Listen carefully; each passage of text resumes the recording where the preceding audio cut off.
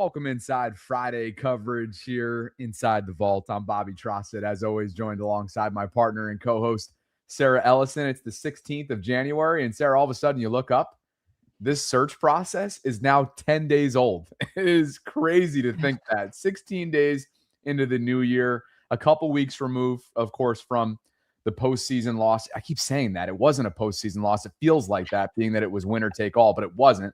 It was the regular season finale. But crazy enough, 15 candidates in. There's a 16th mystery candidate that DaCosta alluded to on Tuesday.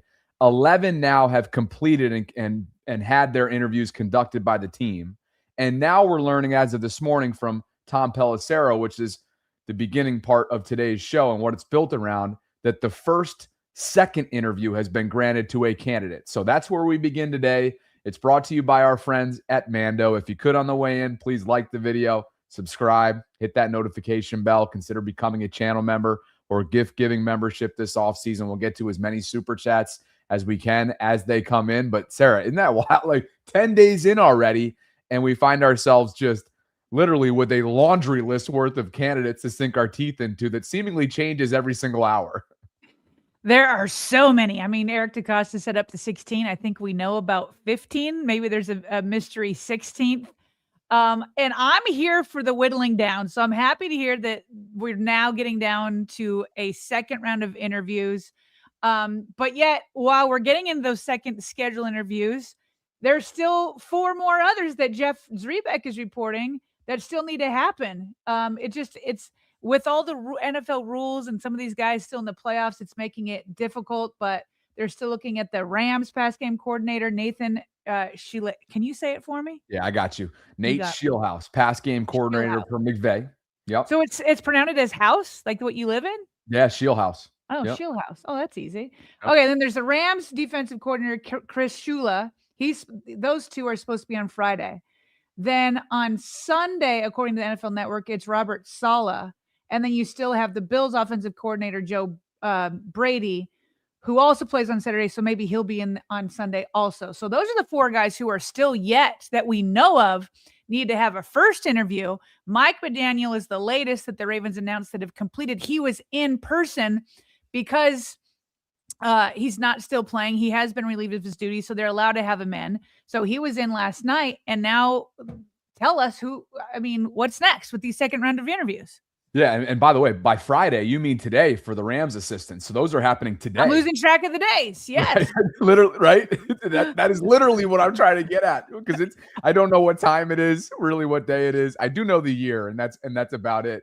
But as you mentioned, 11 total candidates have had their interviews the first round, the latest being, like you alluded to, Mike McDaniel. You see it on the screen. John Harbaugh in this head coach tracker put together by CBS Sports. And those of you that are in the audio-only space, you're seeing silhouettes. But there's one that isn't a silhouette, and it's Harbaugh to New York, even though that hasn't yet been confirmed by the team. I think he's just being very thorough with the process, those nitty-gritty details, the fine print, if you will, of the contractual language before he ultimately becomes the next head coach of the New York Giants. But 8 other vacancies, including the Ravens, still remain out there. And as we alluded to earlier this morning, Tom Pelissero, at least publicly known, gave the second interview report that's been granted to a Ravens candidate. This is what that sounded like earlier today, courtesy of NFL Network. We'll have 8 vacancies at this point, 9 if you count the Giants, who are still working to get a deal done with John Harbaugh potentially in the coming hours. But with Harbaugh likely off the board, one of the top candidates available is 2-time NFL Coach of the Year, Kevin Stefanski. Stefanski interviewed for 6 head coaching jobs over the past couple of weeks. My anticipation is Stefanski is going to have second interviews with multiple teams coming likely next week. My sense is the Titans, Falcons, and Ravens are all potential landing spots for Stefanski. All right, so there you have it. Next week, sure seems based on Tom's reporting that Kevin's not just going to have a second interview with the Ravens, but 2 other teams, 3 in total. They got out in front of this early, Sarah, being that he is a free agent. He was let go on Black Monday, if you will, the first Monday of the offseason after Cleveland was well beyond. I mean, they had been eliminated weeks ago, if not months ago, and he just spent his last 6 seasons, as we know, in the AFC North as the head coach of the Browns. It did not go well for him in terms of win-loss record. A lot of that had to do with the quarterback carousel. He worked with 13 or 14 different quarterbacks over those 6 seasons. Had some success against the Ravens, but a losing record against John Harbaugh. But as you and I both know, throughout the Lamar era, Cleveland's actually played them pretty tough. Now, some of that has been due to self-inflicted wounds. I mean, if Kyle Hamilton, for example, catches what he would catch probably 99 times out of 100, that breadbasket gift that Jameis Winston tried to give him last year, then, of course, they would have won that game. But for the most part, led by Jim Schwartz's defense, this has been a Cleveland team that's been a formidable foe, if you will, of the Ravens throughout the last several years. So that is what we know of right now as the second interview that's been granted, but it won't be until next week. And one thing before I get your reaction here, some of the nuance with candidates that are still in the postseason, and we know that the divisional round is this weekend. It should be, there's going to be plenty of candidates that we're going to have a chance to look at least in terms of how their units fare, like a Clint Kubiak, like a Robert Saleh, so on and so forth. And so candidates whose seasons are still alive after the divisional round cannot do in-person interviews next week. So, Sarah, let's say a Clint Kubiak and Mike Mack and the Seahawks advance and they beat the 49ers like they're favored and expected to do. They're not going to be able to chat with him until the week following this upcoming one. So this has the potential, when DeCosta says it's a 3-week thing, this has the potential of being a late January type of timetable because of some of those rules that are in play. And I hope it is. Bobby, I'm watching the live chat. I had a similar reaction when you told me on our pre-show call, because you saw this on TV. It really hasn't hit many outlets yet, that it's Stefanski. Like, of all the people, it's Stefanski who's the first reported second interview. I'm wondering if part of it is the convenience of it, that he's available so you can get it done. You can get it out of the way while you wait on other people. I don't know. Kevin Stefanski is somebody that I need to put into the part of my brain that remembers that Steve Bisciotti said that he's not going to let prior head coaching experience rule people out because he said they're very keen on their circumstances. A lot of people immediately thought about Brian Flores, or they thought about Mike McDaniel, but Kevin Stefanski could be one of those guys. Like we said, there's like 8 or 9 guys that have already had a head coaching shot, but it didn't turn out very well. For sure, I have to remind myself that he had the Cleveland Browns and he had a nightmare quarterback scenario, from Deshaun Watson to all these different draft picks to and nobody can have success with that. And then on top of having a nightmare quarterback situation, he just has a nightmare organizational situation, which is the Cleveland Browns. So I guess I have to give grace for all of that. And he is an offensive-minded guy. He has won Coach of the Year twice in 2020 and 2023. And yet with all of that, it's hard for me to divorce it. It's hard for me to divorce who he could be with what he's been with the Cleveland Browns. So I'm hoping, like I said, that, and I do have a lot of respect for Kevin Stefanski. I thought he brought more stability to the Cleveland Browns than I've seen basically all the time that I've covered the Ravens, and which means that it's been over 20 years and I've been watching the Cleveland Browns. Like, I feel like Kevin Stefanski has been one of their better head coaches. So for that, you have to give him props. The fact that he's won Coach of the Year twice, the fact that, he is respectable. All of that. He has an offensive mind, and yet he still wouldn't be in my top 5. I get it. I get why that would be the case. I'm sure there's a lot of people in the live chat that would empathize with that sentiment. There is that level of familiarity. And when you have had some success against the Ravens, and again, a below 500 record, want to be clear there, but they have played the Ravens tough, and they have been viewed as that trap game, deservedly so, over the years, that as we're going throughout the schedule and analyzing how the Ravens fare week to week, that is one of those games that you circle when you're either predicting things in August or a couple months in, you say to yourself, like, is that a no-brainer win to predict for Baltimore? And this year it was, but in years past, It hasn't been. And it starts on the defensive side of the ball, right? I think we both know that. The Jim Schwartz led and Myles Garrett and the tremendous historical season they had up front there. I mean, come on. When you have him on the other side of the ball, right? Yeah. That gives you a darn chance.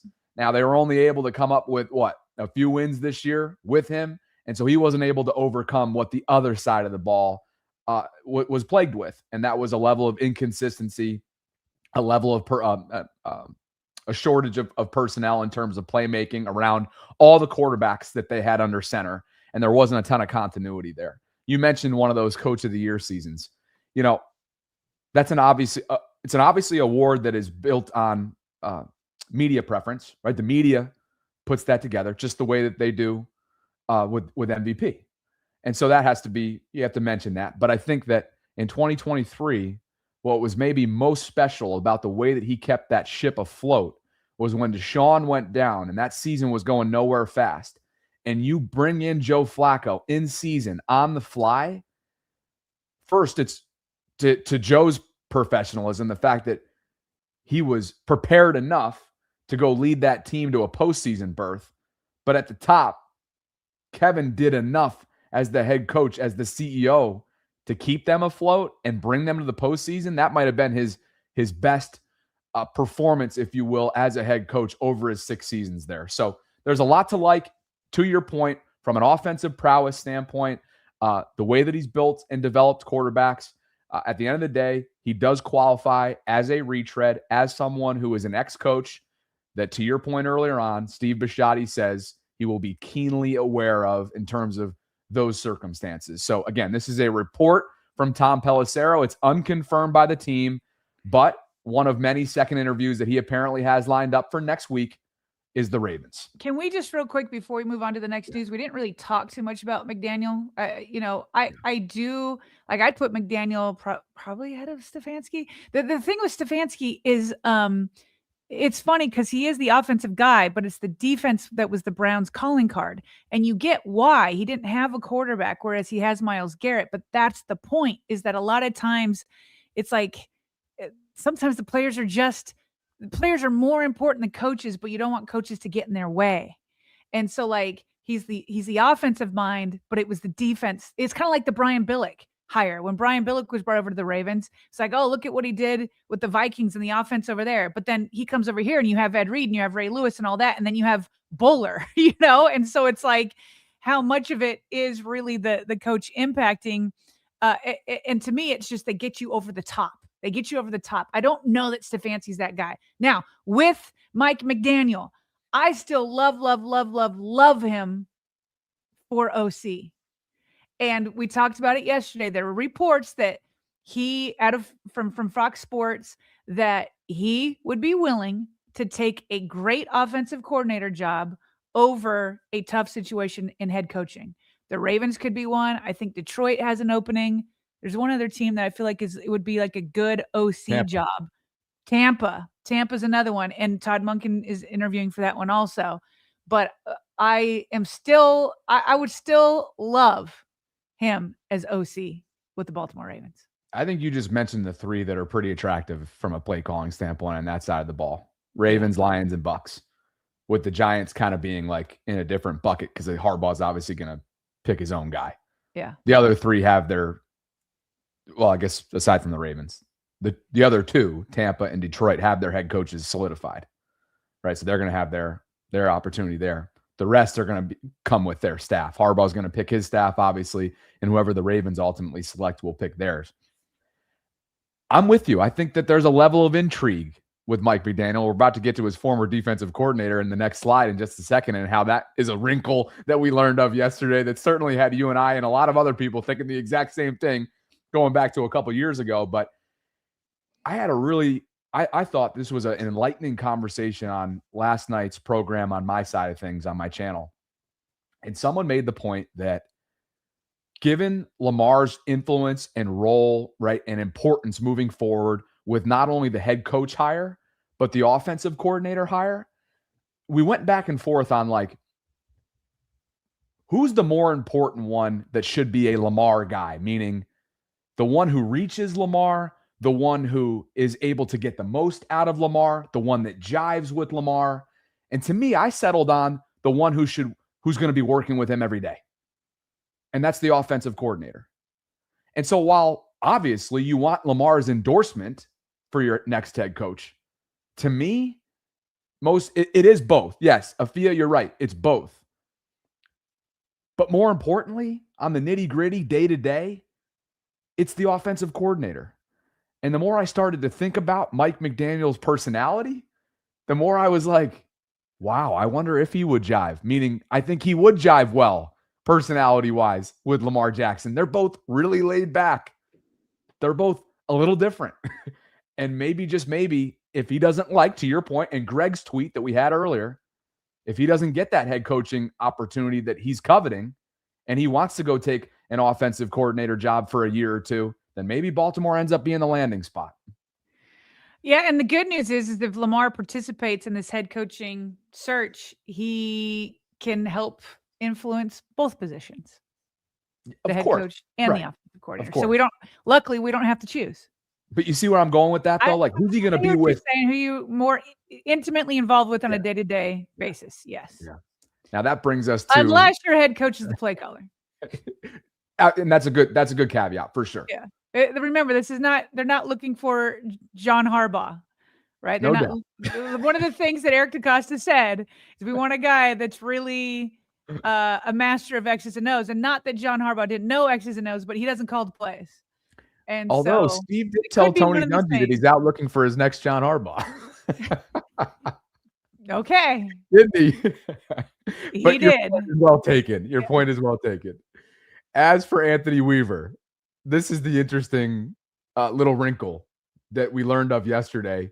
When Connor Hughes, a popular New York sports personality and reporter, tweeted that, unsurprisingly, one of John Harbaugh's candidates is Anthony Weaver for defensive coordinator in New York. And so I'll let you react first, because we're both lockstep in what the first thought was that popped up in our mind. Why not a couple years ago, partner?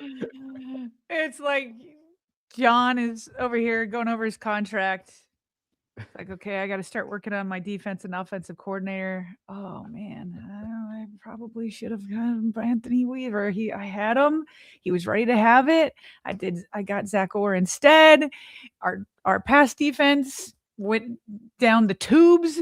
We were like ranked 30th for 2 years in a row. We were blowing leads. I had to bring in Pagano. I had to bring in other former defensive coordinators to help him out. Okay. All right. Anthony Weaver was clearly probably a better choice. I got to give him a call. Okay. How do I do this? You give him a call and it's like, hey, Anthony. Well, first of all, I'm sorry. Like, I made the wrong decision. You were right. I was wrong. Can you forgive me? Will you still come on over? I got an opening with the Giants. Like, how does that conversation even go? And Anthony's like, can't say I didn't tell you so. Like, yeah, I don't know how that. Sarah, I mean, there's a really strong argument to be made that John missed on two different members of his staff that he let walk out for play calling jobs on that side of the ball. And Anthony's one of them. And we're going back to 2023, like you mentioned. Like, and you're talking about Jernard Wilson? Yeah. Yeah. You know, like, there's a really strong argument to be made that while Zach has a bright future, when you ask really anyone involved with or without the Ravens organization, like, he has a bright future. He's 33 years old. He was the youngest play caller at the day of his hiring. I'm sure he's going to land on his feet in terms of a positional coach, assuming that Dallas won't hire him as the DC.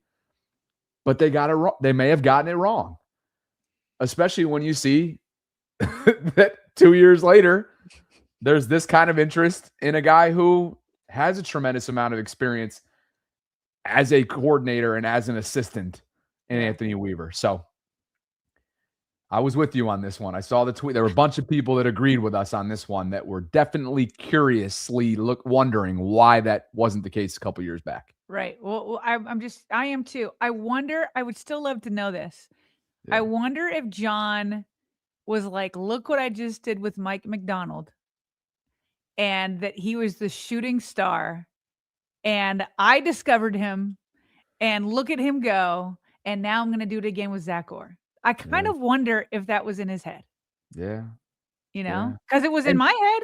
And we're also making the calculated assumption that Anthony wanted the job. Well, he interviewed for it. He was a candidate. Right. So you would think that he wanted it. Yeah. But ultimately they went in a different direction. So he took the Miami job where he's been with Mike McDaniel the last couple of years. Not that they've been phenomenal either, though. So maybe neither choice was correct. They have not. And that's why you hear people clamoring for Brian Flores right now. And it was far from the only issue they had in Miami, too, on just the defensive side of the ball. Sure. So that was a little wrinkle there that we learned of. Now, in terms of what's to come, you just referenced this at the top of the show, but just so everyone is aware of the scheduling process, Nate Scheelhaase, former Illinois quarterback, lit it up as a collegiate quarterback. He's been under Sean McVay's system the last several years. He's the pass game coordinator right now. He's getting a lot of interest around the league. He will interview today, according to Fowler and others, with the Ravens. And here is Albert Breer's more up-to-date schedule in terms of other candidates as well. Chris Shula on the Ravens agenda. Should be a busy one at one winning drive. Probably already has been a busy one today, Sarah, as we speak. So they're going to be today talking with Nathan Scheelhaase and Chris Shula. And Chris, like you said, is the defensive coordinator for the Rams. And remember, if they go on to win this weekend and they're playing in divisional round weekend, Ravens can't do in-person interviews with them coming up next week. So they can still, I mean, it's better to have in person, but they can still be in touch. Hopefully, yeah.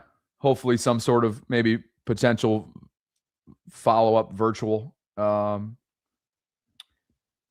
just looking at the rules that I copied and pasted on a different note to make sure that they can do virtual next week. Let me see here. Candidates whose seasons are still alive after the divisional round cannot do in-person interviews next week. Does not specifically say virtual. So it sounds like you're onto something there. They'd have to wait until the next week between the conference championship games and the Super Bowl, or the week after the Super Bowl in terms of in-person. So assuming that they can continue their virtual conversations next week. That's a fair assumption. Robert Saleh is set to interview on Sunday. He'll play on Saturday night. We mentioned this yesterday. And I also promised you that I would go track down a snippet from one of my recent conversations that I had with a 49ers analyst, a reporter, a YouTuber, Grant Cohn. Grant has covered them for a long time, sits in on all the press conferences, has seen the second stint that Robert Saleh has given to Kyle Shanahan as his defensive coordinator and how it's really taken the 49ers defense to new heights in a lot of ways. They will play coming up, as I keep mentioning, on Saturday night. It's 49ers, Seahawks, Saturday night, 8 o'clock. A chance to look at Clint Kubiak on Seattle's side, Robert Saleh on San Francisco's side. And here is Grant's commentary, Sarah, which begins with my question, and it was simple. Does Saleh deserve another chance in his mind as a head coach in this league? I believe everyone fails on the Jets, kind of like everyone fails on the Raiders. I think even though everyone fails on the Jets, you could see that he had a real positive impact on that club. They had an elite defense. They were somewhat competitive, and then he left, and now they're a dumpster fire once again. And I think the big question with any defensive coach is like, okay, well, who's your offensive coordinator going to be? And I think this year and who's your quarterback going to be? He could theoretically bring Mike McDaniel with him, or he could bring Clay Kubiak with him. Clint's younger brother is the Niners OC right now, but he's not calling plays. And then there's Mac Jones, who the Niners may want to trade. So there's a whole little package deal that he could present to a team, to any number of teams. The Ravens wouldn't be interested in Mac Jones, but they might be interested in Mike McDaniel or Clay Kubiak. Gary Kubiak was the offensive coordinator about 10 years ago. So there's a connection there.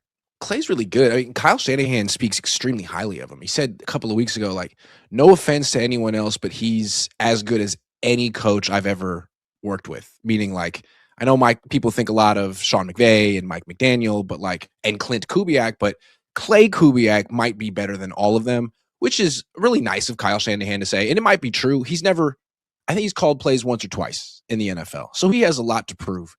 Still, I think he's ready. And in this last game, there was that critical play, first play of the fourth quarter, where the Niners were down 6 right outside the red zone. And they called a double reverse pass from the wide receiver to McCaffrey from Jawan Jennings. I mean, that swung the game. And Kyle Shanahan said that was Clay Kubiak's call.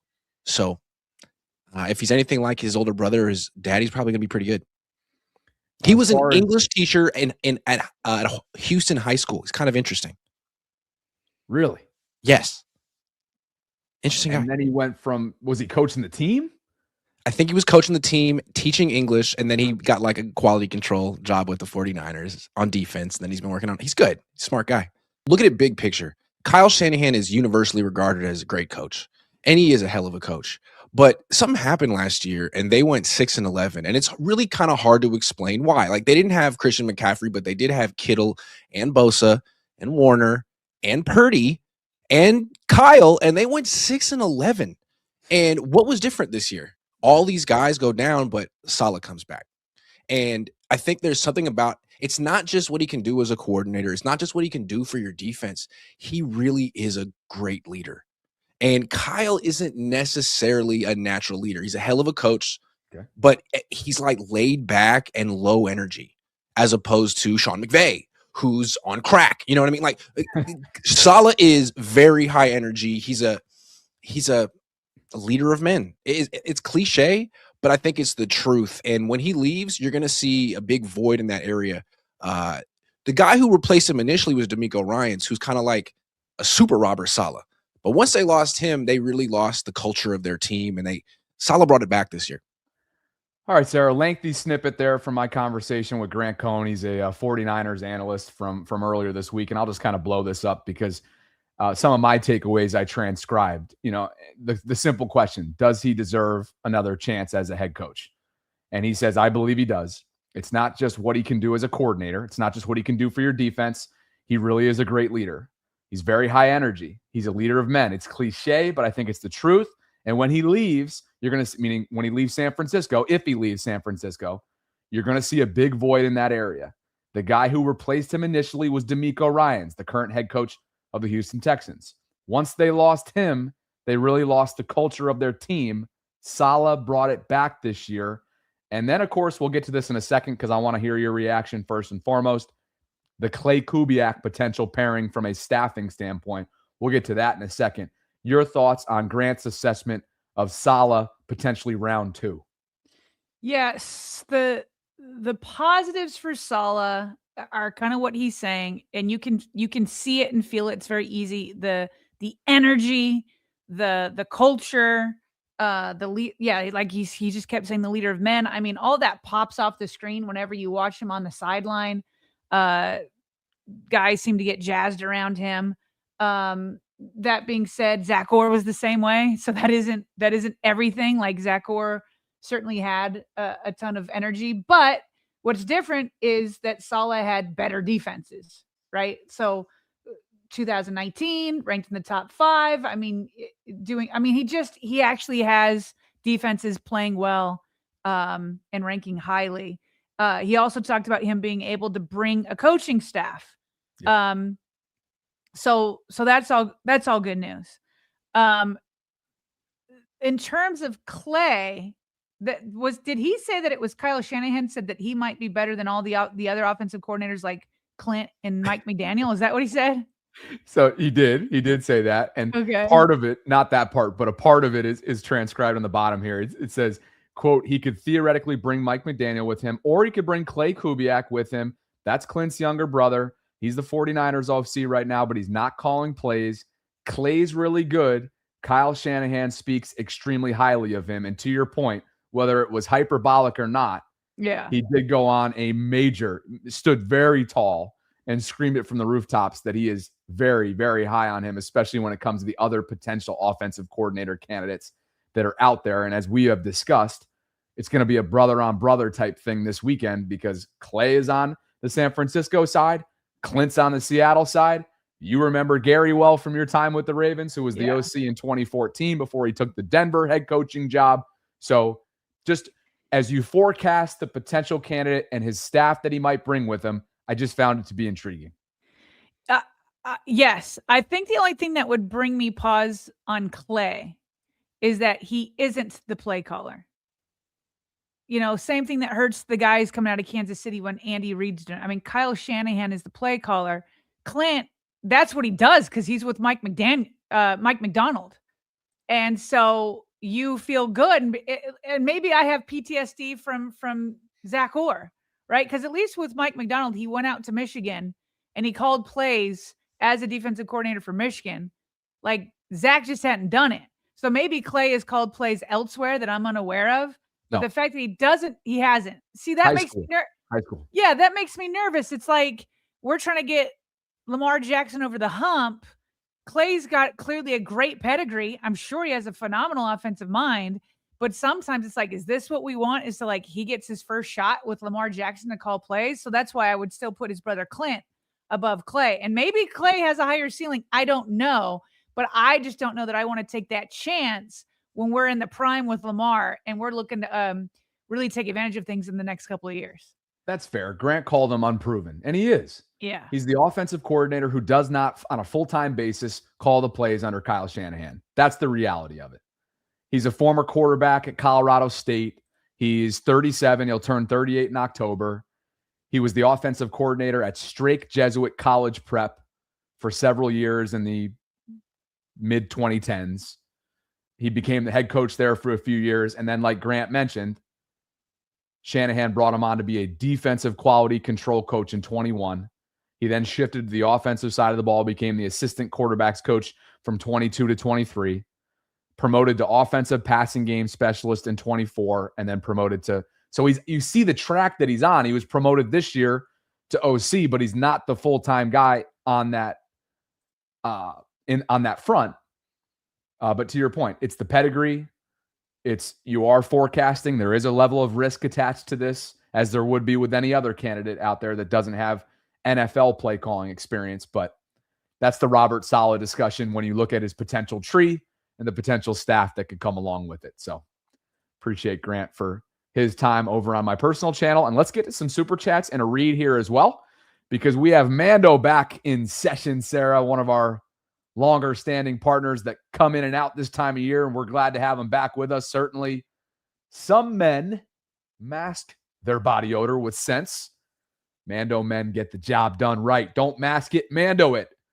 It's available in retailers near you. You can head to shopmando.com if you want to do it virtually, because for a limited time, new customers get 20% off site-wide, which you're seeing right now via our screen share tool for those of you that are watching online. And the audio-only space, we'll link to it in our show notes if you'd like to go check it out. Again, new customers get 20% off site-wide. You can use code VAULT at shopmando.com. We have all that included for you in the show notes. There's also a link and the discount code attached in our live chat as a pinned comment. Free shipping on top of that. It's shopmando.com. That's shopmando.com. Mando's got you covered. Deodorant plus sweat control. You can say goodbye to sweat stains and hello to long-lasting freshness. You told me in the pre-show meeting that Mando is still, from our previous partnerships with them, still has a presence in your house. Is this true? This is true. Although I will say I was get confused with another one of our sponsors, Manscaped. But my boys, my teenage boys, I've got a 16-year-old and a 14-year-old. And, this is necessary for our household. So my boys definitely still use it, whether it's the deodorant, the wipes, I like the foot cream, all of that, because it is needed in a house full of teenagers. I love it. Mando.com. That is shopmando.com. Right. Code VAULT will get you 10% off site-wide. We appreciate them. And when I say 10%, let me just excuse me. Shopmando.com, code VAULT, get you 20% off site-wide and free shipping on top of that. So thanks to them. Thanks to the Ellison family for continuing to use our sponsors. And we appreciate you guys for being with us on a Friday. Over 3,000 concurrents and counting. If you could on the way in, like the video, subscribe, hit that notification bell, consider becoming a channel member or gift-giving membership this offseason. And Goose Lex and Mexican currency gets us started. He writes, Chris Shula, FC. It's Chris Shula season, making his candidate and his preference known, the Rams defensive coordinator. And that brings us to C. Brittle, Sarah, who's celebrating 7 months of channel membership. I think we're going to get a couple of these. A lot of comments came in when you revealed it was Kevin Stefanski who got the first known second interview with the Ravens. C. Brittle says, no, Stefanski, please look at how well Baker is doing since leaving the Browns. they did Baker got a little bit of a raw deal in Cleveland. I would agree with you there. C, it's unclear, though, how much that was Andrew Berry's decision-making as the general manager versus Stefanski. If it was collaborative, I'm with you there, C, for sure. MDaddy006 says, what's up, guys? Can you all put up a poll for the next head coach? I want to see how many people agree with me on Flores and Saleh as a close second. MDaddy, give us your 4. You want the poll? You give us your 4 in the live chat. I'll go ahead and update it right now in real time. Give us 4. That's how many options we have to choose from in our poll. So, or when I say that, give me 2 more because you already have 2 in your super chat. And we'll have to, once we know who the finalists are, it'll be a lot easier to do those polls. Like right now when there's 16, it's like, ugh. Correct. But C. Brittle is back. To be clear, fans like Flores because he is good. His race is not a factor. And to Flores' credit, he was right on Tua. And the other thing I'll say on Flores, Bobby, is obviously it was a disaster in Miami. It does sound like the 2 organizations he's been with since are much more positive, and some sing his praises. So I think he was under Mike Tomlin. Yeah, he was under Mike Tomlin for a year in Pittsburgh when no one else maybe wanted him after what happened in Miami, and Mike gave him a chance, and they had a heck of a tenure there. And Mike has always spoken highly of that experience. And then Kevin O'Connell gave him a chance for the last couple of years in Minnesota. And as Matthew Collar told me last week, he turned around that defense quickly, and found some household names in the development side of things as well. And the Ravens have gotten a very close look at him over the years as well. We all know why. Cover 0, Thursday Night Football, Miami. We all remember that. And I thought they played him tough too this year, honestly, in Minnesota. The Ravens won, but I thought Brian's defense played well that day. Hayes0939 says, General Manager Zodiac. This is a Twitter account. Yeah. Lamar, Capricorn, Zodiacs, again here, signs, is perfect with McDaniel, Pisces, and Minter, Taurus. Hashtag advanced analytics, hashtag Zodiac GM, LOL. Ravens posted a Zodiac sign, post LY2. Hayes is really looking for anything and everything, Sarah, to potentially suggest that Ravens and Mike McDaniel and Lamar could be the trio that sings praises for ages. I know nothing about this stuff. I just Googled this. AI overview.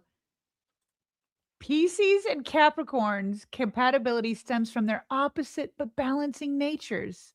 With ambitious Capricorn, I'm a Capricorn. I definitely would describe myself as ambitious. What are you even? I don't even know what this means. Leo. Are you? I know you're ambitious. Are Leos ambitious? Hope so. Capricorn providing stability for the dreamy Pisces. Okay, I can't do all this. All right, I was trying to have fun, but that's not fun to me. First of all, did I even pronounce Pisces the right way? Hold on. Is it Pisces? I thought it was Pisces, but you said Pisces, so I started going with it because I always get stuff wrong. Now I got my AI pronunciation. Excuse me, Pisces. You were right there. Sorry, Pisces. They're dying in the chat. Can you tell that Bobby and I don't look into zodiac stuff very often?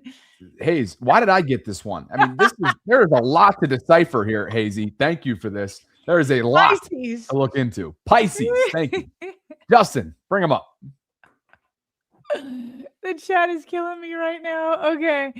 Justin says Roquan and PQ balled out with Zach Orr as the inside linebackers coach that may have influenced the decision to give him the DC job at the time. Somebody's saying that I want Reese's Pieces. Oh, thanks, Justin. Richard's with us. Are we really using bone casting and astrology to pick the head coach? As someone who reads, what is that? I don't know. As someone who reads, I see icing is itching. I ching. Thank God we're not hiring. That being said, no Stefanski. Now I'll go back to Google. What is I see Hinge? It's not my dating app, is it? I see. I Ching, they're saying. I Ching. I Ching?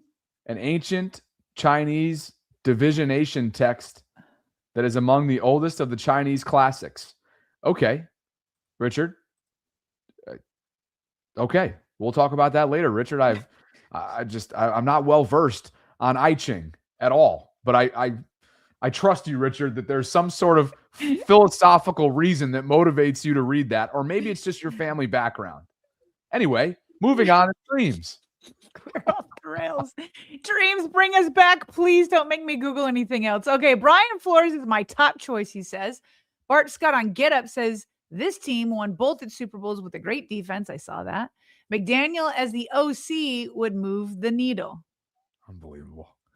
I'm hoping that was not a Chinese slur like some are suggesting it was in the live chat. If that's the case, Richard, you set us up for failure there. Quan410 says, imagine what tips Flores can give Lamar. Has played him tough over the years, both in Miami and Minnesota. Appreciate you guys for being with us. And one more just came in from Y Biggs. This one's for you, partner. The Ravens to look at zodiac signs when making some decisions. Hashtag Voltrons.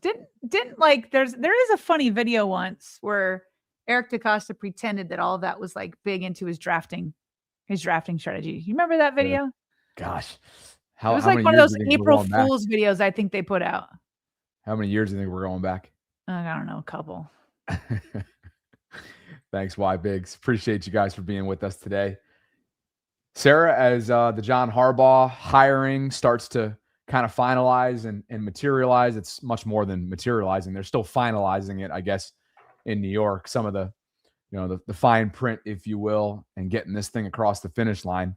We both know that there's probably a pretty darn good chance that, much like Ravens West has sort of crystallized over the years with Jim Harbaugh taking over with the Chargers, maybe a Ravens North, Northeast, Meadowlands, East Rutherford type of structure could start to come into place as well as Harbaugh gets himself underway with the New York Giants. Yes, and as a warning for those in the live chat who for some reason have some sort of aversion to us even mentioning the Harbaugh name anymore, like, whoo, we're talking about John Harbaugh. This is your clue to log off if you need to, because we're going to be talking about John Harbaugh, but mostly the guys that he could poach.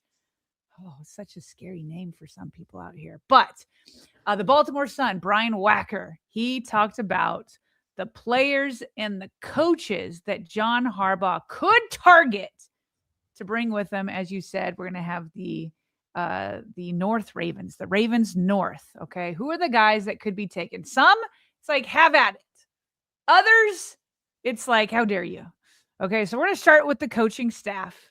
We already talked yesterday about Todd Monken potentially going with them. Of course, Todd Monken is still a candidate for the Cleveland Browns head coaching. I know he interviewed for the Tampa Bay Bucks, but there are plenty of reports that John Harbaugh, if he doesn't go to those places, would love to bring Todd Monken with him. Other people that Brian Wacker mentioned on the coaching staff is senior special teams coach Randy Brown. That's great for me because I am kind of off of the Tyler Loop bandwagon. Okay.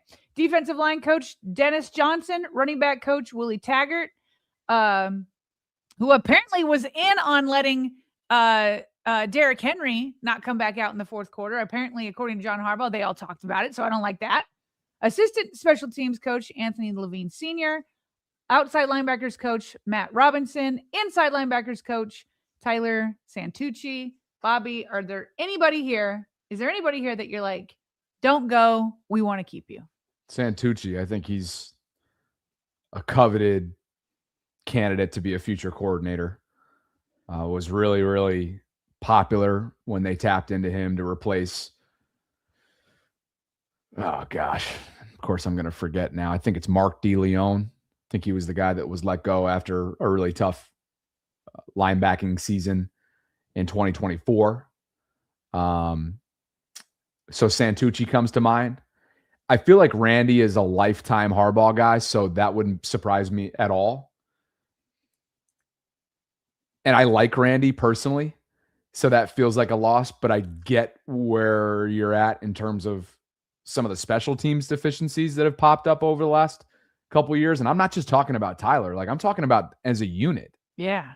They've taken a step back the last several years as a unit. Yeah. So since they lost Jerry. Yeah, sure. You go back. Yeah. I mean, yeah, you can go back even farther. So Anthony Levine is interviewing. We have a quick hit on this. Anthony Levine Sr. interviewed for the special teams coordinator vacancy in Tampa earlier this week. So he does have other options that are out there. But I think when I look at this list, and before we get to the player side of things, to me, it's Santucci. I think he's an up-and-coming riser that I remember looking into when they hired him last year. and he had a lot of interest throughout the college ranks, and I think the Ravens plucked him for a reason. So it'd be him for me.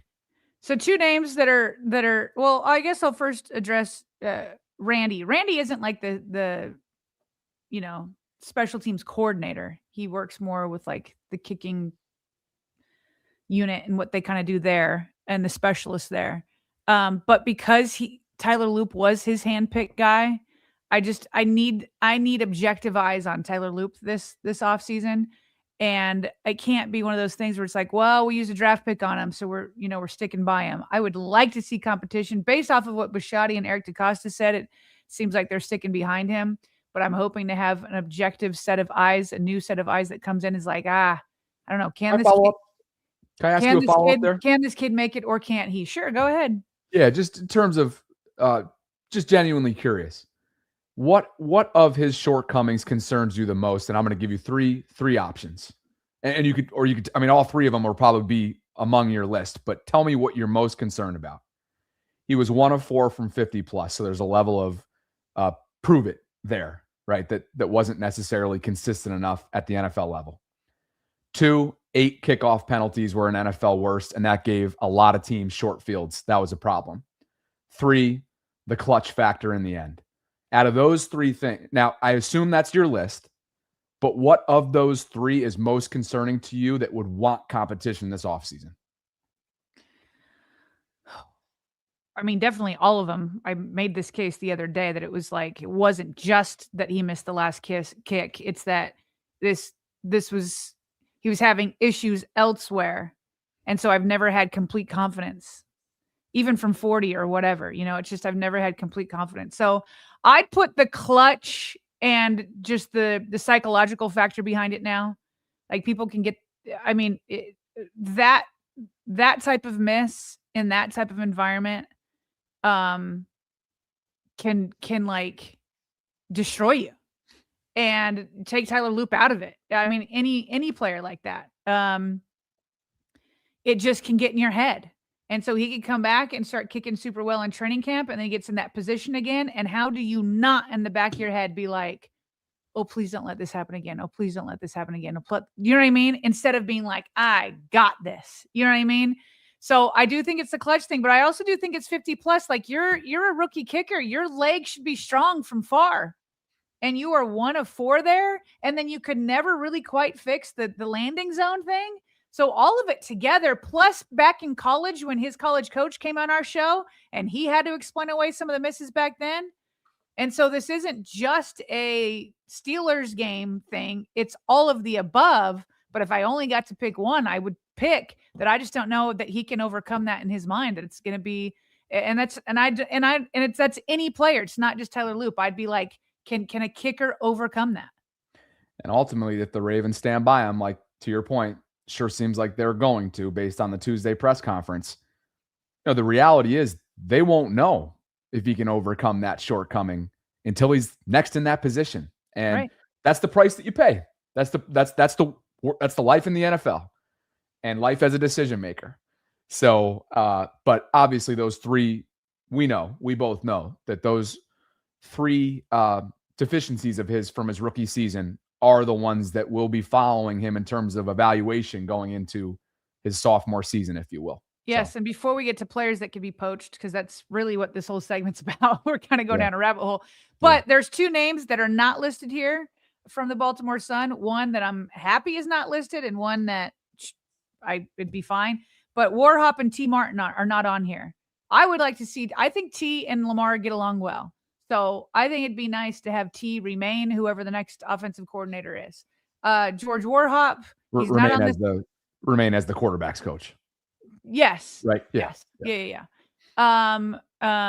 And then, Warhop, if John wanted him, that'd be great. Regardless, especially the way Steve Bisciotti talked about it, I do not see George Warhop returning at all.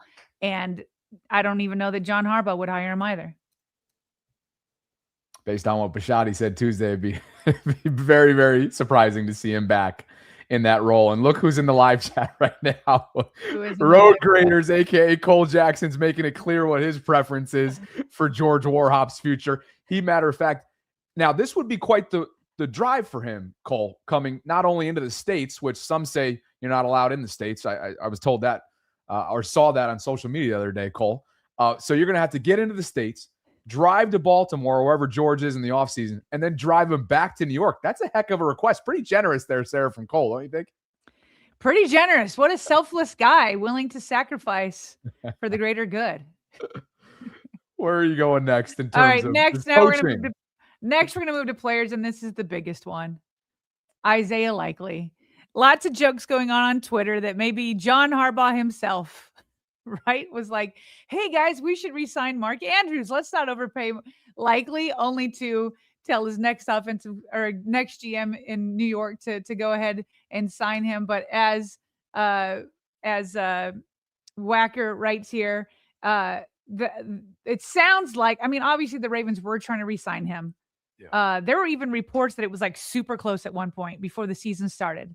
But it sounds like, based off of what reporters are saying, that Isaiah Likely's price was out of the Ravens' range. So they pivoted and re-upped with Mark Andrews. But he's the older guy. He's the one who has some playoff baggage that hasn't been great. Isaiah Likely, he's 25. I know he had a down season, but he was looking great before the injuries heading into this season. In 2024, he finished with 42 catches, 477 yards, and 6 touchdowns. He and Lamar Jackson get along really well. But when you look at how people are paid, here's what I'm wondering. This is just speculation on my part, Bobby. Mark Andrews will be averaging $13 million. That puts him at top 5 paid among tight ends. I'm wondering what Isaiah Likely was asking for. Like, what was the holdup? My guess is because this is what the Ravens did with Mark Andrews, and they did it with, I think, Stanley, and they did it with Marlon Humphrey, is they put all of those guys like in the top 3, and all of them were happy with that. So I kind of wonder if the Ravens were offering something in that top 3 range around $16 million, and I wonder if he was looking for more. I don't know. But obviously, $13 million wasn't cutting it because that's what they gave Mark Andrews, and David Njoku is about $13 million also. So that wasn't enough for him, which is fair. He's younger. He could have deserved more. So I don't know that the Ravens could they have justified less than the 16.5? That's where I'm wondering, is where the Ravens offering him to be the next, like 17 million, and maybe he was hoping for more. Complete speculation. But obviously 13 wasn't enough. Did the Ravens get him to top 3 is my question. Well, what I can tell you is that the franchise tag for 2026 is north of 15. So if there's something that's unlikely for Likely, it's that. Right. Does he want to take a 1-year prove-it deal to run it back with Lamar, knowing that there's probably going to be a handful of tight end needy teams who aren't going to put him in a box and say, man, look at those statistics and what was supposed to be a contract year for him. I think he's going to have some interest out there. So maybe that ends up being in his cards and he has to make a decision based on, what his preference is. I'm just wondering what he's going to get out on the market. Like, is another team going to value him more than the Ravens? And he did just have a down year. Is somebody else going to make him a top 3 paid tight end? Top 3? That feels rich. But he's put stuff out on tape that, depending on how desperate you are as a team. I mean, he's going to get paid. What if Travis Kelce retires? That's all I'm saying. I mean, there's a lot to be considered here. Is Zach Ertz, is he done in Washington? There are teams that are going to be looking for tight ends. For sure. Pretty sure Jacksonville lost its tight end at some point during the year. There's going to be teams that, why wouldn't you? And especially if you feel like you can develop and you want to use him more than the Ravens have because of what he's dealt with in terms of a busy, jam-packed room with limited targets, I'd be hard-pressed to not expect a team to be like, you know what? We can get a lot out of this guy right now. Sure. He's a wide receiver in a tight end's body who hasn't been able to reach his ceiling solely based on volume or lack thereof, or in this year's case, just unavailability. So my point is my guess is the Ravens offered him top 3. So will somebody else offer more? That's purely a guess. I hope somehow that's reported at some point. I'm with you. All right. So obviously the Ravens are going to lose Isaiah Likely. I know a lot of people are hoping he's going to be franchise tagged. I just don't see it after they're paying Mark Andrews $13 million per year. That brings us to Pat Ricard. Now, there aren't a lot of fullbacks. There aren't a lot of teams that use fullbacks. The Ravens are obviously one of them. I would hope they would continue to do so because I know that Derrick Henry loves running behind Pat Ricard, but he is a free agent. And if John Harbaugh's there and Todd Monken, would they want to bring in Pat to lead the way for Scadaboo, assuming he's healthy at some point? Yes. Yes. I'm laughing over here because we have this conversation about Pat every year since he started doing these short-term deals. So selfishly, I hope that he still has the role moving forward of clearing the pathway for the King. And Pat loves Baltimore more than anything. They took a chance on him as an undrafted rookie out of Maine in 2017, and he's built himself into a perennial Pro Bowler and sometimes, in this year's case, an All-Pro. And it's a dying breed, as you alluded to, the fullback position and the way teams value it. So I wouldn't be surprised if he's en route to the Meadowlands, continuing his career for the Giants. But Sarah, a lot of this is going to depend, obviously, on who they pick in Baltimore to bring in his program and what his beliefs are with scheme and personnel. And so we'll just have to really, in terms of making a prediction, obviously we're going to have to wait and see in terms of who they go with. Absolutely. Both at head coach and offensive coordinator. Yeah. So then here's just a longer list. I'll give you a couple of these names. You give some reactions. So Wecker sees these 3 players as guys that Harbaugh could try to poach. Charlie Kolar, Tylan Wallace, Jake Hummel. I don't know that he'd poach both Isaiah Likely and Charlie Kolar, but I could see him definitely getting at least one.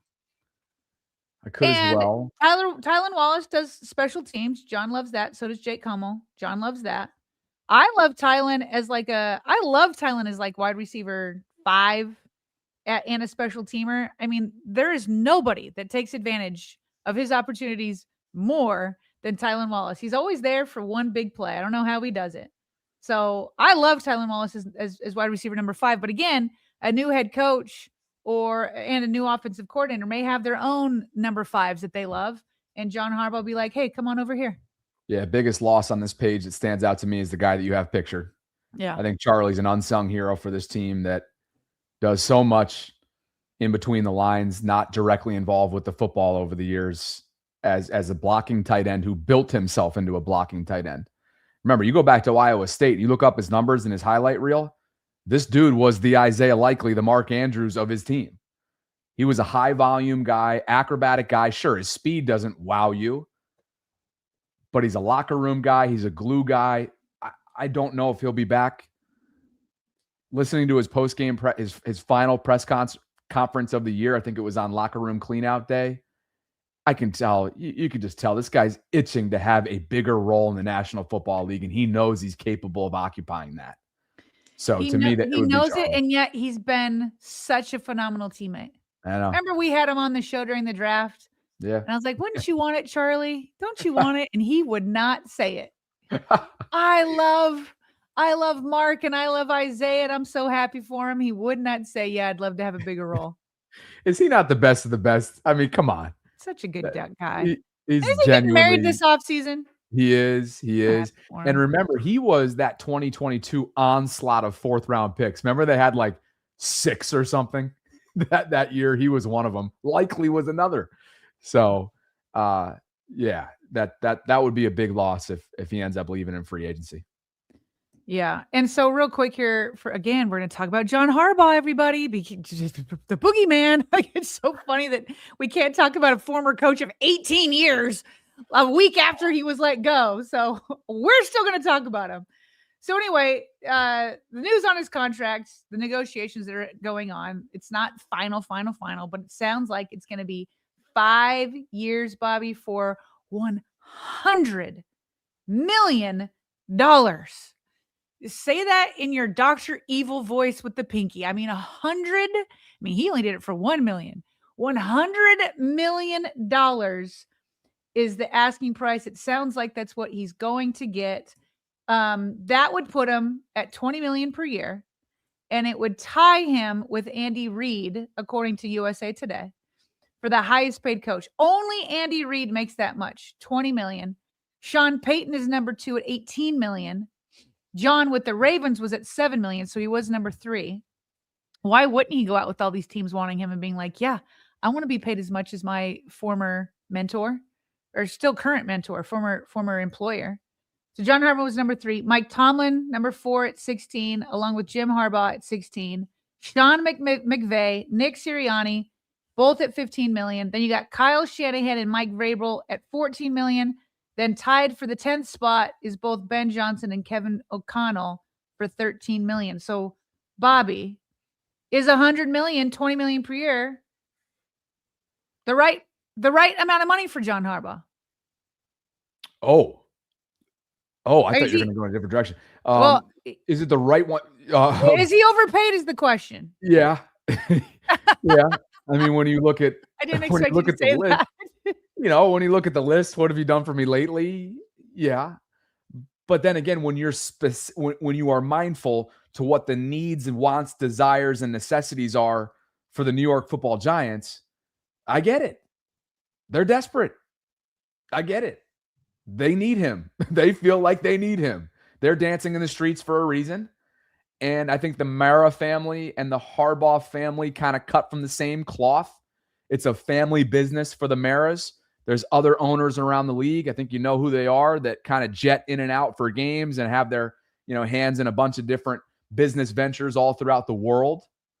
The Maras are solely football. That sounds like a Harbaugh thing for me. And so, they did what they had to do to try and reset a decade of failures. And they have the assets to do it. So, but when you look at the rest of the list, it's hard not to say that he's overpaid. It's hard to say that he's not overpaid. So he's overpaid, is what you're saying? I think so, a little bit. Yeah, I mean, Well, it's crazy. Like there's two arguments for this, right? One that I would agree with, in terms of being properly paid. Okay. There's this side of it. It's the same thing we talk about with quarterbacks or inside linebackers or whatever. If you're like a top 8 quarterback, you're going to be the next highest paid quarterback. That's just the way it works. Correct. Like statistically speaking. And so you look at the market, it's just how it works. The newest guy gets the next highest thing. You beat the last quarterback by $1 million or $2 million. Right? That's just the way it works. Right. So you look at John Harbaugh and you talk about the market, like he's getting exactly what he deserves, because there are so many teams that just want a proven head coach that has done it before. He has a style. He has an identity. He's won a Super Bowl before. He's worked with star players. You're not taking, exactly what you're getting. And so he was the most coveted guy, and he could name his asking price. So when you look at the market, yes, if he gets the 20 million, 100 million for 5 years, that's exactly the way these things work. So he's exactly paid what he should be, no higher than Andy Reid, right there among the top guys. He was wanted at this time, so he's getting exactly what the market says he should get. By principle, yes. By principle. Yes. That being said, when we looked at Trevor Lawrence when he got paid, you would use the same type of logic. This is the way the market works, so Trevor Lawrence got it. But was Trevor Lawrence really worth being the highest paid quarterback at the time that he got it?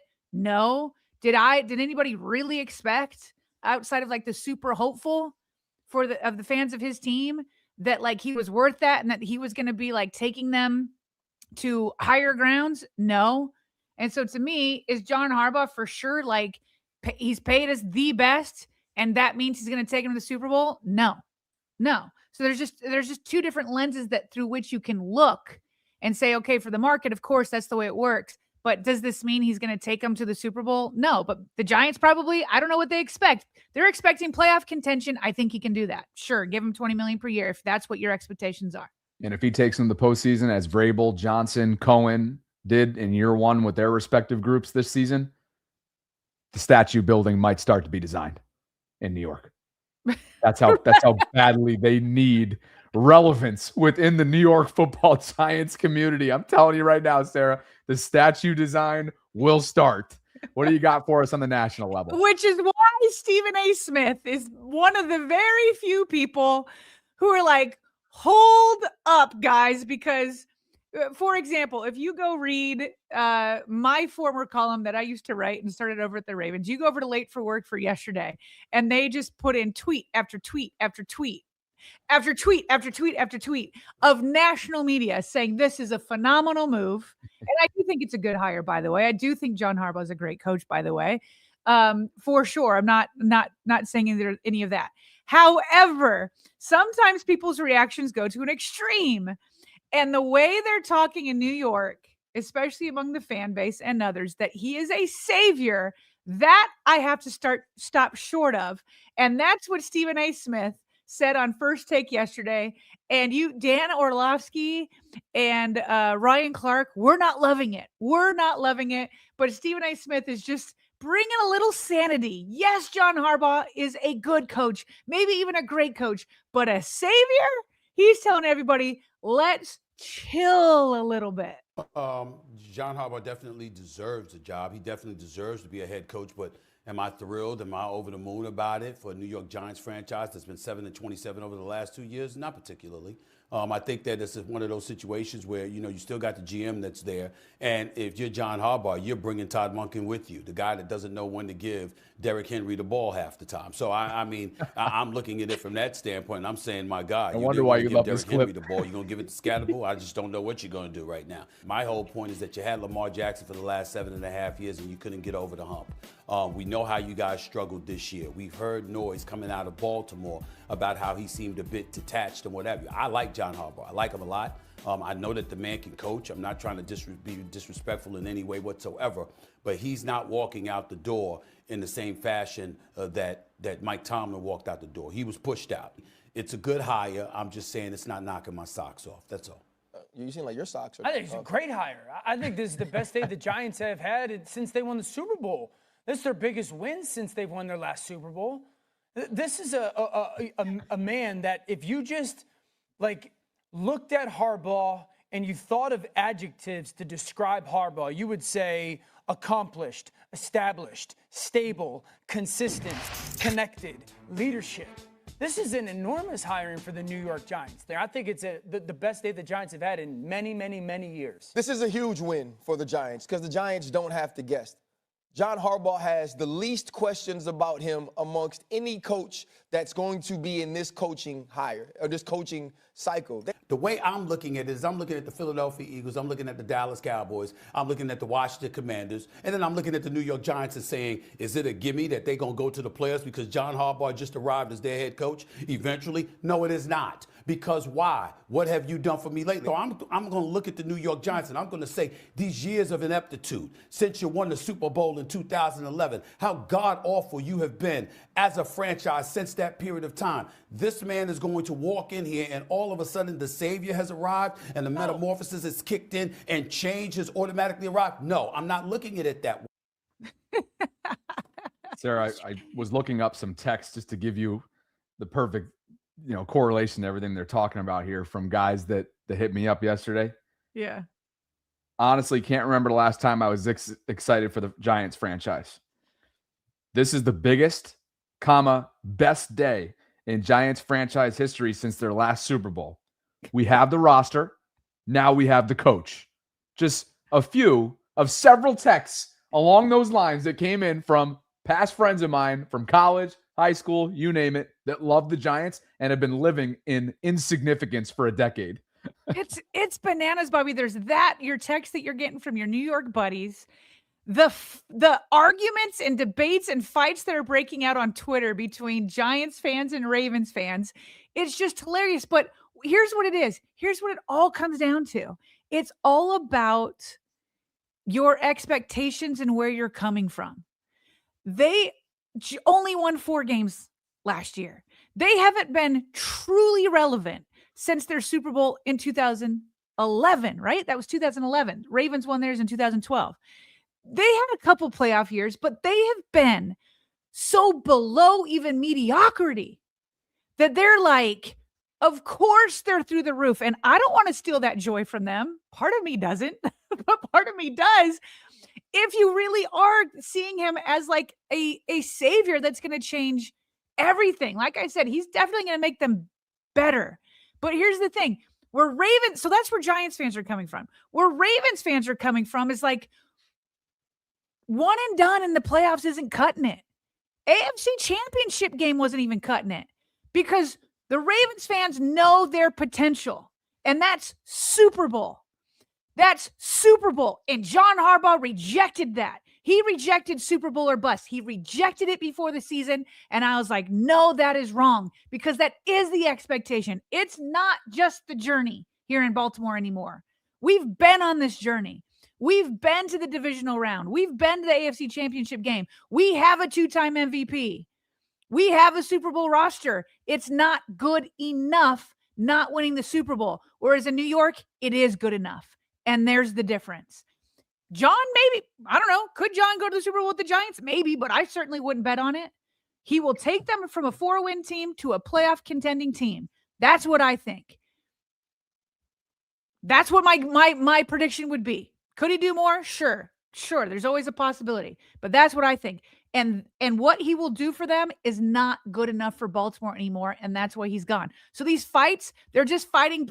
They're fighting across each other because the Ravens fans are saying we need a Super Bowl and Giants fans are saying we just want to be relevant. Yeah. So John Harbaugh will do that for you. You're a victim of your own circumstances. Yes. You know, it's just, that's the reality of it. We mentioned this earlier on as we approach our quick hits section and super chats coming up here in a second, that Anthony Levine Sr., former special teams ace in Baltimore, he's served under John Harbaugh in recent seasons. He has completed a virtual interview, as the Bucs confirmed, with Tampa for their, and I inaccurately said this earlier on. I said special teams coordinator vacant. Looks like it is the assistant special teams coordinator opening here. So just to be clear on that, assistant special teams coach. I'm sorry. I'm just tripping over my own words here. Let me just read it from the Bucs. We've completed a virtual interview with Anthony Levine Sr. I had it right the first time. Most recently, the Ravens assistant special teams coach for our open special teams coordinator role. There you go. So a lot of special teams roles written within that caption, but he is interviewing for the vacant position right here in the Tampa area. Oh, we got some. When we closed off last night, we wanted to make sure you did this. So take it away. Yeah, sorry. So we had closed the show, and after the show closed, we got 2 more super chats. So I just want to give them love. And my Timber shivered. We were asking him because he had so many super chats yesterday. We were like, do we know you? Like, are you new? What? And so he said, I've been around a while, but didn't comment a lot because, in my opinion, this coaching staff didn't know whether to check its arse or scratch its watch. I don't do futility. Okay. And then we got one from, I don't know. What's his name, Bobby? Help me. Chike. That's one of our guys. Okay. Yeah. Chike. Okay. He says, what is the highest scoring divisional round game? Ooh, maybe we should look at that before we leave, by the way. Bring up this divisional round games coming up. Okay. Can we do some predictions? No, I'm all set. You're not going to make me do things outside of the Ravens predictions. You're right. I always say yes to you. No, I'm happy to do it, but I just haven't thought about it. I haven't thought about it at all. So that's why it can be all off the cuff for us. It'll be off the cuff. So why don't you look that up? I'll get some more quick hits. We got to get super chats in as well. Congratulations to Cliff Brown, your former colleague, Sarah in Baltimore. I believe you guys overlapped, right? No, he was hired when I left. He was one of the guys that he didn't take my job specifically. but they moved somebody else over to my job. Ryan became more editor of what I used to do, and then they did a couple of different things to like they hired guys to write late for work. Ryan became full-time editor. So I had my hands in a few things, but because of that, they brought in Cliff to do other things. So we never overlapped, actually. Okay, gotcha. Yeah. Well, my mistake there. He has been a 2026 inductee into the Black Sports Writers Hall of Fame. Got to know him during my time in radio, and I happen to think that he is a really, really kind guy with a ton of experience as a writer and as a sports personality throughout what's been, as you see, a Hall of Fame career. So congratulations to Cliff Brown. Well-deserved. Maybe you guys have seen a lot. Yeah, well-deserved. And I'm sure you guys have maybe read him before, whether it be on BaltimoreRavens.com or, gosh, I'm pretty sure he used to cover Michael Jordan earlier on in his career. So, and the Pistons and all that. I mean, he goes way back. Yeah. He covered those playoff runs with Michael and the Pistons and Celtics and all of that. Yeah. Salute to you, Cliff. Salute to you. Congratulations, man. He's a really, really good guy. Let's get to some super chats here, Sarah. Oh, yeah. Sorry. Did you want to do this after then? Yeah. Okay. Yeah, that's all right. Gives us another gives me a little bit of time to think about what I want. Okay. We're not going to do scores. We're just going to pick them. And it's going to be off the top of our heads. Yeah. Let's see. We left off with Quan, so we pick things back up with Y Biggs. He says the Ravens to look at zodiac signs when making some decisions. No, we did this one already. Hashtag VAULTRONs. I don't think we have actually. Oh, okay. I think the other one was from Hazy. Zodiac. They're from making more Hazy. Zodiac jokes. Oh, okay. Appreciate you, YB. Unless I'm confusing multiple Zodiac super chats that have come in. The first one was from Hazy, set the thing on fire. He was the one that kind of got it all started. Thanks to both of you guys, though. Robbie is celebrating 1 month of channel membership, and he says, I'm begging the Ravens to hire an offensive guy for head coach, please. Also, shout out to the person that gifted me a membership. Who was it, Robbie? Oh, nice. Appreciate you, brother. Nightmare Kilo, Sarah. Okay. Now, he says whole staff can go to the Giants. He wants them all gone. And folks are saying that we did read that one, so apologies there, Sarah. Richard says, I'm not absolving Loop, but Boswell missed as well, and that was the only reason why Tyler was in a position to win the game, because of that extra point miss. Nightmare Kilo says, Giants fans would be so mad if they got rid of Brashillo, the Giants O-line coach. He made their line significantly better. Interesting. Okay, I haven't been following that, Nightmare, but sounds like you have. And Dreams is here, Sarah. He says you can't replace Likely and his off-script plays with Lamar, but Likely should have taken what was offered and cashed out on his second contract. Carmen Brasil, to be honest with you, I don't know anything about Carmen, but just so that we're not, we're doing our due diligence here. Dreams was referring to, or excuse me, Nightmare Kilo was referring to Carmen Brasillo. So it's either Brashillo or Brasillo, longtime offensive line coach. Just finished up his second season as the O-line coach in New York. And then to Dream's comment, I will say, like, Zay Flowers and Mark Andrews are good off script with Lamar. Lamar's talked often about Mark Andrews being good off script. Yeah. But I still think that Isaiah Likely is younger and better right now. And he's just different. He's a different athlete, all of that. So I do think the other guys do have that chemistry. But to his point, Isaiah Likely had it and had it really good too.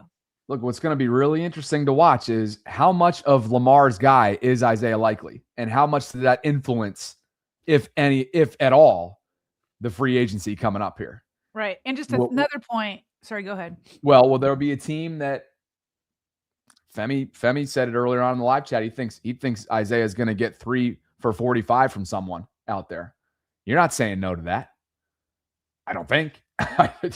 Given, well, I guess you could, but that's my question, because I was asking if they would make him. That's $15 million a year, but that's what Mark Andrews got. Correct. So there's no way the Ravens, but there's no way that the Ravens offered Mark Andrews more than Isaiah Likely. Is my point. Okay, but I think Femi's point is though that somebody is going to give him a nice chunk of change like that.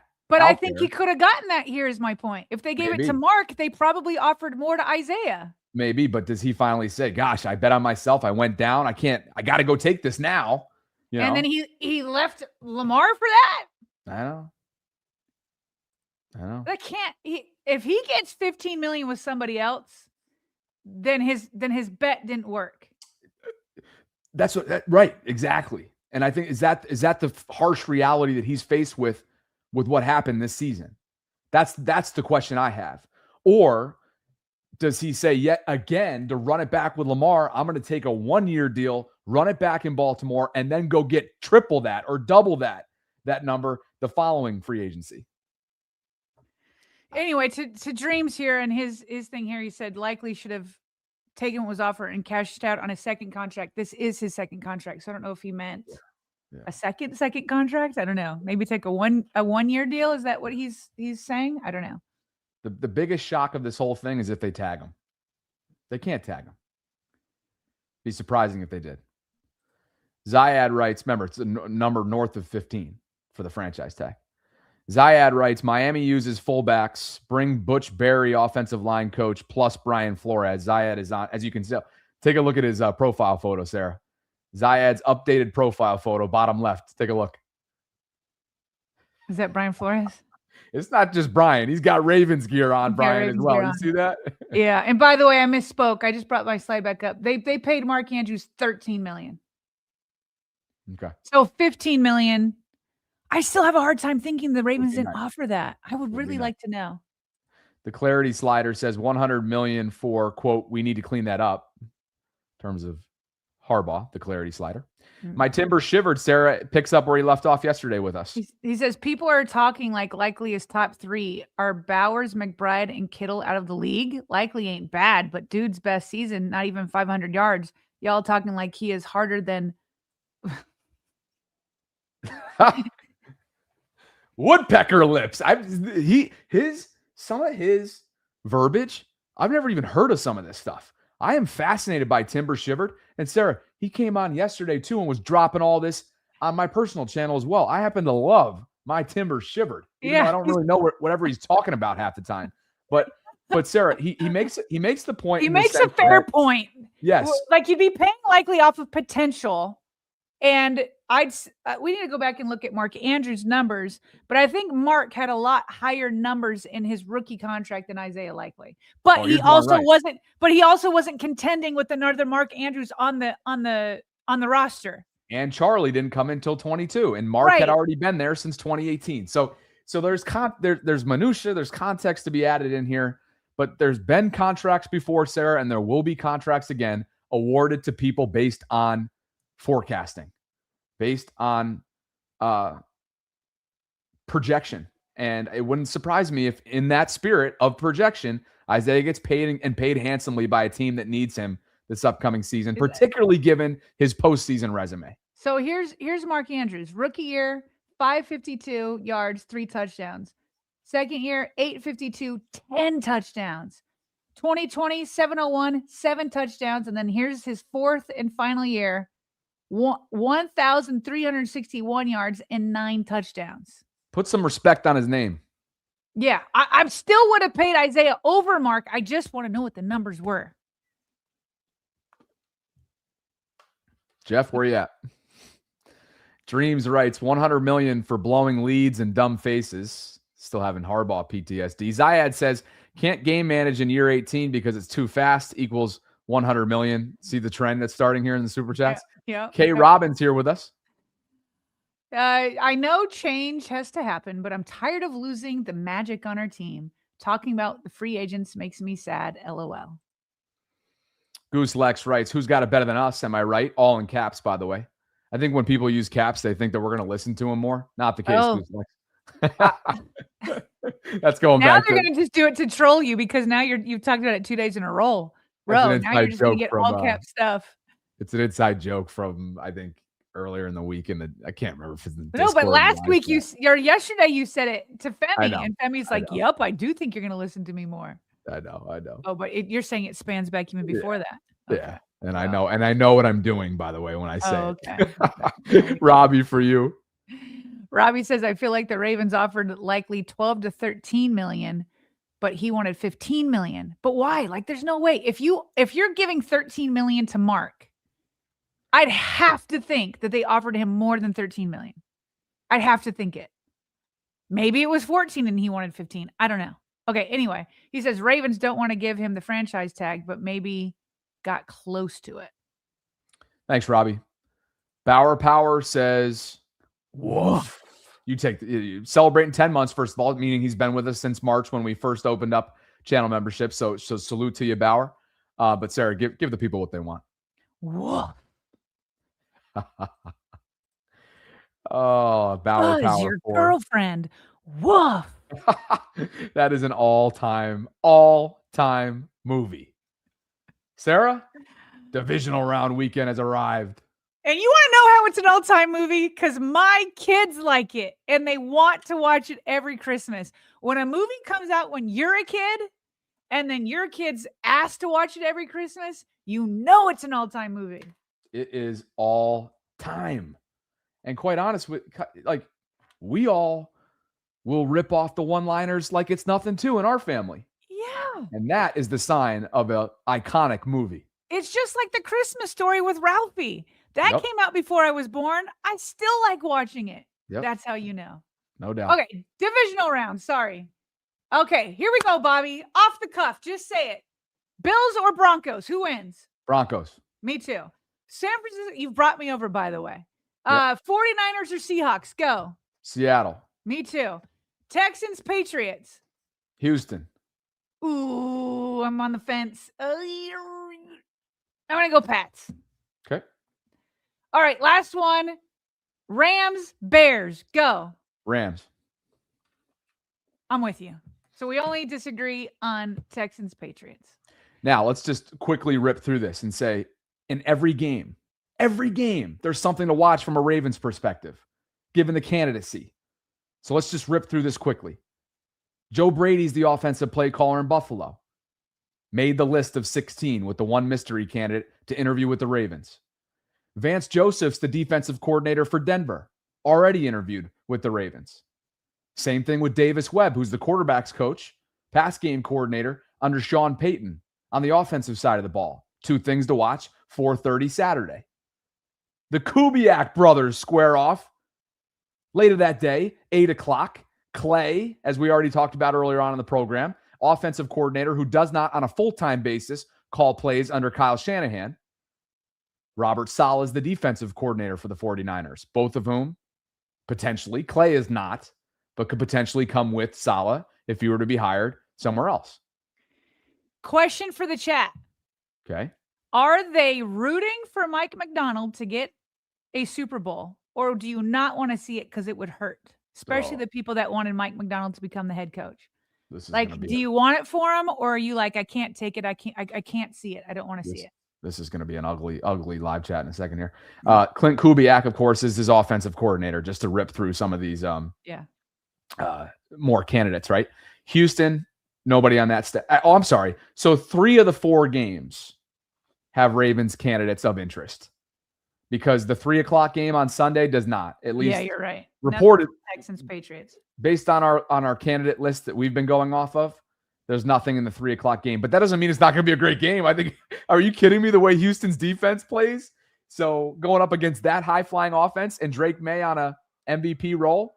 So anyway, and then just to wrap things up, the Rams have Chris Shula, defensive coordinator, and Nate Scheelhaus as the pass game coordinator, both of whom are interviewing and maybe already interviewed as we speak right now, Sarah, with the Ravens today.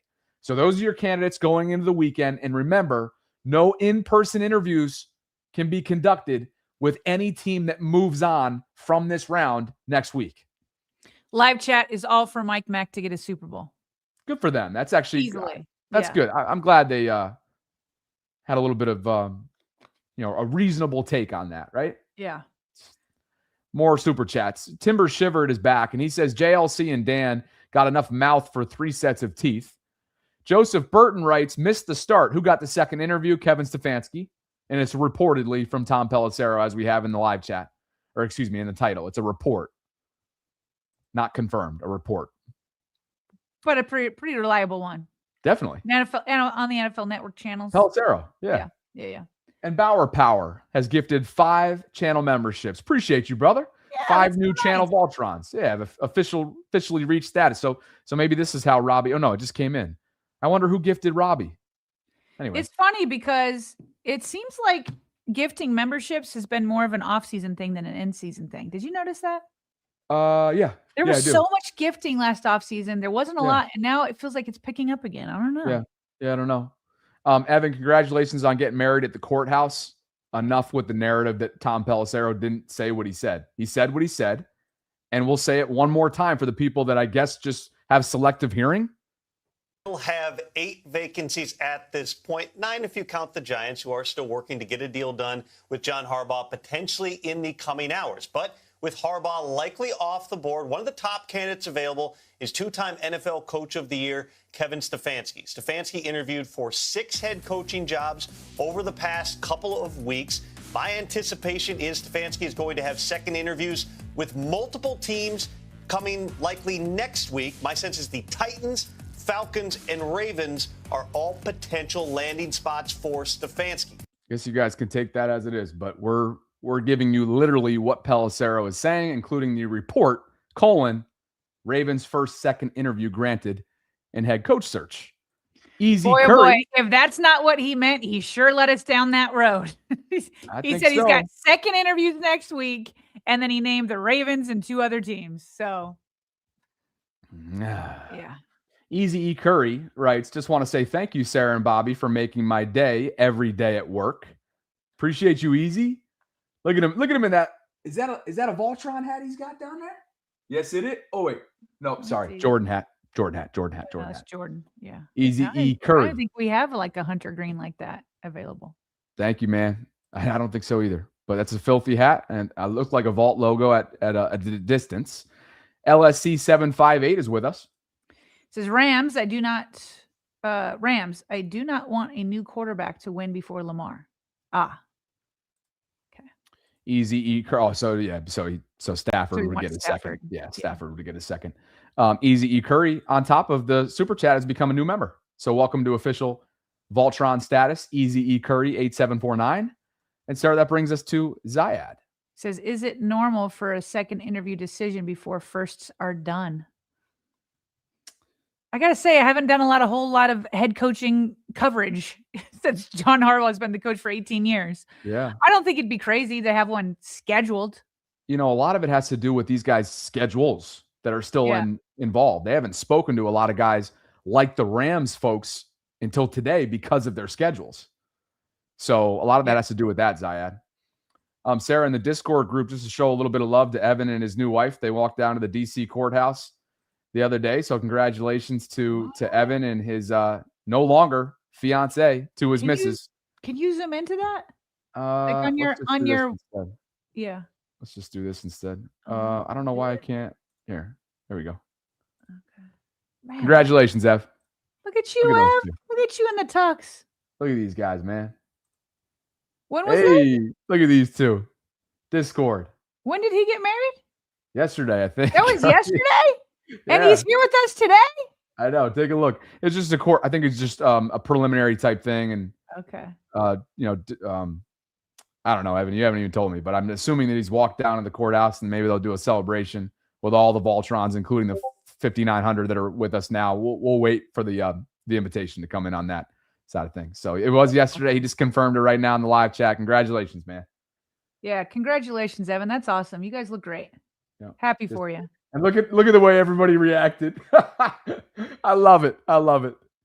Guys, the Discord server is growing every day. There's over 1,200 members and counting, or we're approaching 1,200 members, and it's a fun community and an extension of the live chat here. So I'll go ahead and drop that in, and one of these days we'll get partner involved. We'll try to. We'll see. And we'll turn off notifications. Definitely can't have all those notifications. We'll turn off the notifications. Between Twitter and YouTube. I'm telling you, Sarah, there's times where my phone is lighting up because of my notifications being off. I mean, I love you guys, but my goodness. Yeah. Christian and Richard, thank you both for believing in what we're building. We appreciate the support that you give us through our Patreon community. It's patreon.com. What are you laughing about? Patreon.com. Evan's saying that I need to be in there. Like, is he being serious right now, or is he laughing at the thought of me even going in there? It might be. Christian Almgren, Richard Harris, you're our patrons. We appreciate you guys. Salute to you both for all the support that you guys give us. It's patreon.com/RavensVault podcast. If you're interested in learning more about what we have going on in that community. Spoiler Big alert, Dog. I'm not joining. Take this one from Big Dog, O-Town, baby. Evan says he's dead serious. Oh, no, Evan. I can't have another place where you can troll me all day. I can't. YouTube is enough. Do you troll me on Twitter also? I can't keep up with Twitter. Probably. Big Dog says, I can see Stefanski coming and bringing Schwartz. You know what's funny? I actually just saw something pop up on my timeline, and I didn't bring it in just because we don't know Jim's legitimate candidacy as one of the 15 on the Ravens list. But Albert Breer says, don't sleep, to use his words, don't sleep on Jim in Cleveland, meaning for the head coach job there. That's where he's been the last couple of years under Stefanski, so I'll have to wait and see. Thanks, Big Dog. Romy's telling me I should not join. I agree with Romy. There's a lot going on there. Evan says he only trolls the ones he loves most. Can you love me less, Evan? Right? Exactly. Hey, I tell you what, Sarah, you never know what goes on in there. And yesterday, Mike caught my wrath. Oh, what happened? I gotta go, but tell me real quick. Well, it's good though. You know you have a good solid like old school relationship with someone when you two could just dress each other down, and then later on he joins the program, like my second channel, because it happened in between the Vault and mine yesterday, and like everything's normal, but it doesn't take away from me being hot about him getting after us about our Harbaugh coverage. Oh, give me a break. He's one of those. Mike's a good somebody give me. I'm sure Mike's a great guy. Mike, I'm sure I'd love you. I think you're probably great. You're wonderful, excellent, wonderful. Love you. But what is your problem? He was the coach here for 18 years. We don't want to talk about who he's going to poach. We don't want to talk about whether he's worth $100 million. We don't want to talk about any of that. Come on, man. It's been a week removed. Get out of here. Here's the funny part about Mike, and this is the same thing with Evan. You get these guys on a call-in as I open up the guest lines on a daily basis, and you know at literally the second that they get on, you're like, oh, okay. So they're much different face-to-face than the way their words are interpreted in the live chat. There are some people in our live chat, and I love you all. I love most of you. There are some people that are the definition of keyboard warriors. For sure. Yeah, there's a little bit of that. Zayad says, Harbs better sign that contract before the fourth quarter. Zayad is just teeing off on Harbaugh today, man. Teeing off. All right, guys. Have a fantastic weekend. I will be on the Bobby Baltimore channel pretty much all weekend long, continuing this head coach coverage. You and I are back on Monday, as always, 12 noon Eastern. We appreciate you guys for a fantastic week. A busy one, certainly. Enjoy divisional round weekend. Enjoy watching all these candidates. There's a slew of these candidates that will be on full display as members of their respective organizations this weekend. So enjoy it.